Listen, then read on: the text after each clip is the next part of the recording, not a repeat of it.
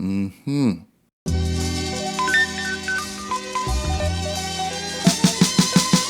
Today you're doing a curry pumpkin or a pumpkin curry. Depending on which Caribbean island you're from will determine how you say it. Now this is not your standard pumpkin choker that you would find in roti shops across Trinidad and Tobago. This is something else. And for this recipe we're going to be creating the curry blend from scratch, so to make sure that your spice game right up.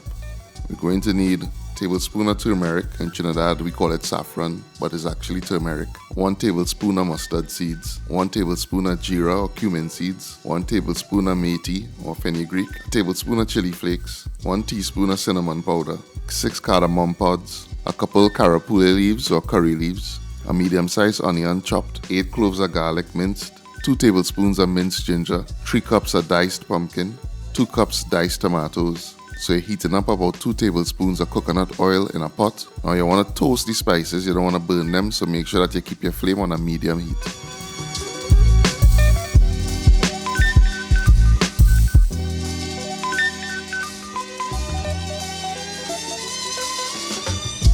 Once the spices start to toast, you want to add your curry leaf and your turmeric.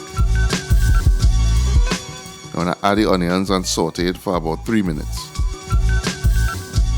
Add the garlic and the ginger, saute for another 2 minutes.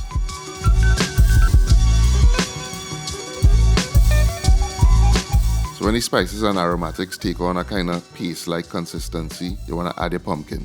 You're going to go ahead with your tomatoes, season with salt and black pepper, add a half cup of water. This is going to introduce steam into the cooking process and allow the pumpkin to get really nice and tender. At this point, you want to cover it down and reduce your heat to a low flame and allow this to simmer for about 20 minutes or until the pumpkin is nice and tender. The end product is a warm and comforting bowl of tender curry pumpkin. You can enjoy this with rice, with roti. This is a great dish.